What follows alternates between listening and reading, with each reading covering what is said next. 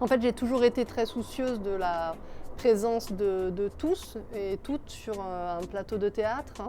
Mais finalement, même avant d'en être soucieuse sur le plateau, j'ai toujours été soucieuse de qui y avait dans la salle, en fait. Qui y avait dans la salle avec moi, qui y avait à côté de moi.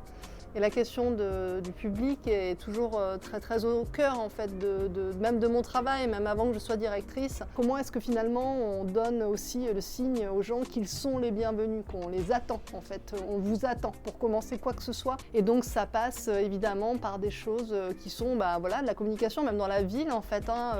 Je sais qu'il y a plein de gens qui sont venus me voir parce que tout d'un coup ils voyaient marqué Théâtre national de Strasbourg en vietnamien. Ils ont peut-être pas vu écrit vietnamien depuis très longtemps sur des établissements publics et je trouve que c'est beau en fait de dire voilà en fait parce qu'aussi dans la programmation il va y avoir cette langue là. C'est pas uniquement évidemment un coup de com', c'est très concret.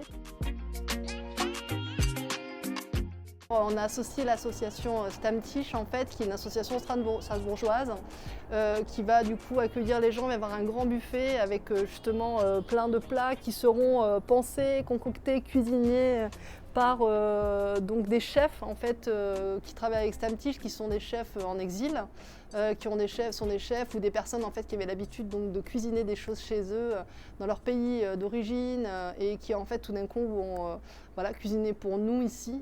Par la présentation du projet, voilà, du coup là, je suis très heureuse de pouvoir raconter le projet globalement tel que je l'ai fait ici avec les équipes du TNS, mais de le présenter au public, voilà, aux habitants de Strasbourg.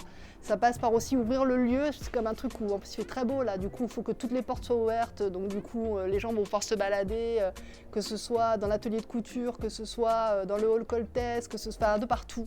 C'est aussi ouvrir, il va y avoir du coup des lieux dans lesquels en fait on va raconter chaque spectacle de la saison. Puis il va y avoir des concerts, il va y avoir voilà, en fait, des temps de partage. Je parlerai donc du premier spectacle qui ouvre janvier et le Yinche de Eva Doumbia. Je le dis parce que d'ailleurs elle a eu le prix Bernard-Marie Coltès ici. Son texte a été nommé à l'unanimité par tous les lycéens. Donc ouais, c'est parce que c'est assez beau du coup, c'est que les lycéens, ces adolescents-là dont vous parlez, vont présenter ça à leurs parents.